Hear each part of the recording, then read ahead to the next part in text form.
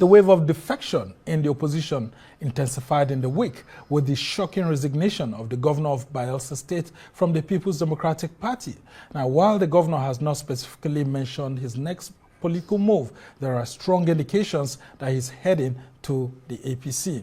Now, the resignation follows the heels of defection of PDP Governor Peter Mbah and his entire cabinet members to APC.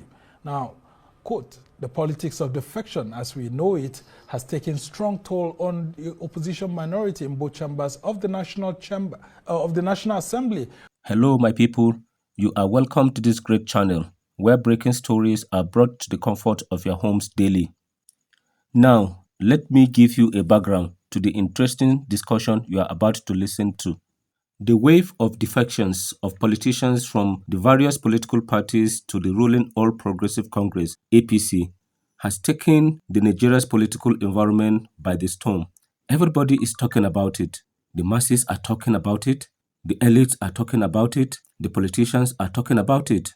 And one common perception that people hold about this issue of defections is the fear that President Bola Tinubu wants to intentionally turn Nigeria to a one-party state.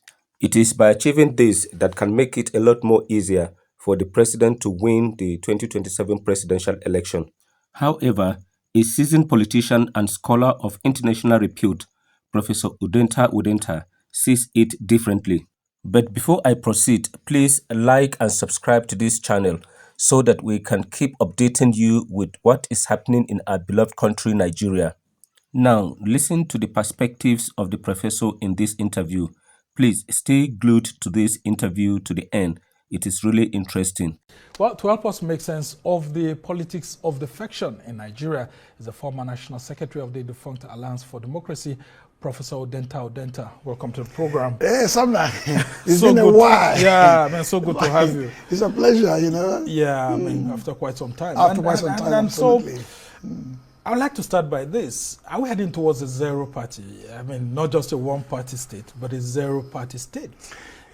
The matter at hand is more fundamental than whether we have one-party state, going to have a multi-party democracy, or even two strong parties. This goes to the core of what I call the principle and logic of the moral tenor in politics. It's not about the big party and the small party. APC, of course, is suffering what I call political flatulence and obesity. Because when you gorge so much, that means gluttony. Yeah. So when you gorge so much, then you get so. PDP was into that situation. Yeah, it's after 2003. Very well. The entire Southwest minus Lagos was PDP. Southeast entirely was PDP. South PDP. North Central basically. Even Kaduna, Katsina. Remember Jigawa, Central. All over the place. They overgorged and they needed to disgorge. APC is now gorging. So it will soon disgorge. So it's a phase. It's a phase. You see, Okay. 2023 was an epistemic rupture, or what you can call epistemic break, in our own calculus about power dynamics. You saw him there, Peter B. came from nowhere, no governor, no senator, no rep, no councillor. Took the nation by storm. On this studio, I said there will be a massive landfall. Yeah, I remember we had this one, 2027, will be a bigger landfall. It's part of the defections. Interesting. Of course, because the mandate is the people's mandate. Anybody that comes to this studio or speaks anyone talks about defection as if it is a calamitous existential for the parties doesn't understand the politics. And this is not new. It's not new because one, let's rewind. The fetish about the constitution, the governors are protected. Once you have a crisis in your party, once you have any sign of trouble, you can walk. That's the fetish of the constitutional provision. That's what we call forbearance and tolerance. Nations are run by norms. Ujo Madeke one time as the advisor to Obasanjo said, I don't know whether I'll be sacked if I leave the studio. AIT then said, yeah. Mr. President, I want this law to be amended, the constitution, so that your power can be stripped. If a president exercises 60% of the power he has, including the current one, he will not live in this country. He can't exercise it because it's both forbearance and tolerance. So a governor has no name in the ballot paper. It's a party. It's the political From party. 1999, as I said, second national secretary, we had a station in your state where we won. We didn't know who won. It was clear AD won. But then who won the election? When Mbah of Enugu State went to contest for the election, we had PDP, we had APC, we had other parties there, Labour Party. The people voted on a symbol. They don't know him. It's a career of a party's message. The party is what they recognize by the Constitution, by the Supreme Court even. So you now have taken millions of the vote of a people, desecrated it, desacralized it, in a manner of cultural surrender to some external invading force, and abandoned the mandate of the people. And people are clapping. Well, it is not clapping because they're going to win election next time, but the very moral fabric, the ethical foundation of the political order is what is at stake. The character of the some political elite. Now, Professor Dutta, I'm asking you this because when there was this experiment in the aborted Third Republic for an SDP and NRC to be brought in place by Babangida, I don't know if he would have, foresaw something like this, because I'm imagining, what if we had only these two parties, SDP and NRC, way up till this period now? So are we saying that once SDP is in power, like Abiola had won, so everybody in NRC would have dissolved into SDP? Or if NRC was in power, everybody in SDP would dissolve into... That's not going to happen. I don't know. Now. In 1999, there were three parties. By 2003, if I'm not mistaken, Apoga had been added to the mix. Yes. DPP eventually came, and a few others. Yes. So between 2003 and 2007, it was like multi-party democracy. Yeah. 1999 was something a little bigger than two-party system, with a smaller ADMI party in the mix with APP and the PDP. By 5, 7, 8 years later, there were about sometimes 7 parties. Now we have at the time, it grew up to 80-something parties before they started whittling them down. Possibly now about 70, 80, 90, with some new ones coming in. Yes. Politics has a way of rebalancing itself. PDP was dominant for 16 years. The other smaller parties couldn't catch up in their individualities and their pluralities or singularities. They didn't come together as a multiform force, as a coherent and cohesive group. They did so in 2003 and then bettered APC as a special purpose vehicle for the sake of seeking power, and they got it in 2015. Now they've been in power for 8 years, and because so reason, this government, this presidency, Mr. President is frightened of his legacy, of his accomplishment. Because if you are strong, you work on your party, grow the party internally, and say, this is what I have done for 2, 3, 4 years. I will run on my own accomplishments. This government can't run its accomplishment. You have to run on the decapitation of the multi-party democratic framework. That means if you crush all the opposition parties and they're limping, you usually re-enter in 2027.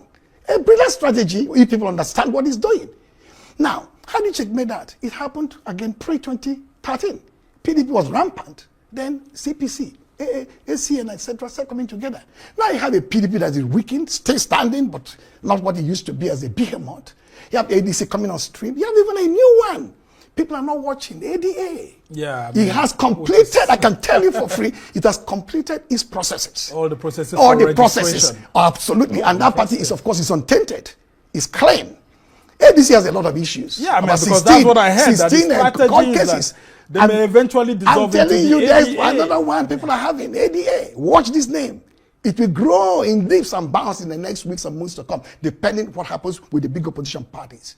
So again, they will come together. Factions of the Labour Party, tendencies within these other ones there, they could build a new coalition of force that can give APC a run for the money 2027. But at the end of the day, for me, it's not even a bigger party or smaller party. It's for me where this democracy lies. In 2003, my party went into an unholy alliance of a sort with PDP. Yeah, because I wanted to remind you of that. Out of 6 states, 4 were taken away. Only one. Lama additional. No, all of them were gone. And then, of course, you had Tinubu and all of that. I tell the story. Tinubu was the only one that survived it. Now really squeaked through. He didn't run to the center. He didn't say, I want to join the ruling. If you can't be them, join them.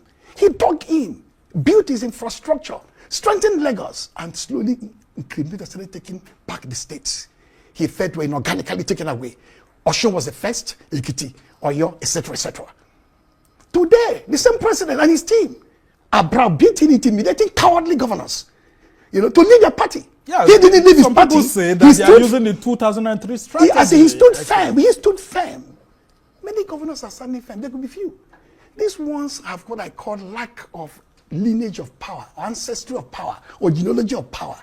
And from Enugu State, the governor of Gepitamba, he has no lineage of power. I don't know where he's coming from politically. I don't know. This state, I don't know who mentored him. You would have seen people like Sullivan Chime and Namani and all of that. Who mentored him? Who groomed him? Because you see, cultural surrender is when you don't even understand the socio-political and strategic landscape of the country and the party are bringing into the heart of Igbo land. That is where original Eastern Nigeria was better. That's the way they come. Yeah, but there's APC in Ebonyi State. There's APC in other states when too. When I tell you about growing a party, organic growth of a party, a governor woke up one day, called on mine and said, "I'm no longer PDP.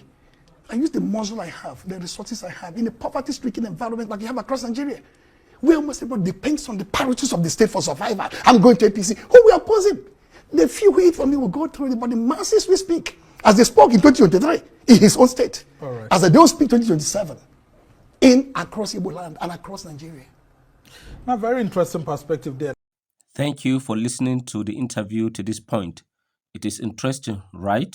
Do you agree with the perspectives and arguments brought to the table? Give your opinion about this in the comment section. Please subscribe to this channel for more interesting stories like this. I will catch up with you in my next video.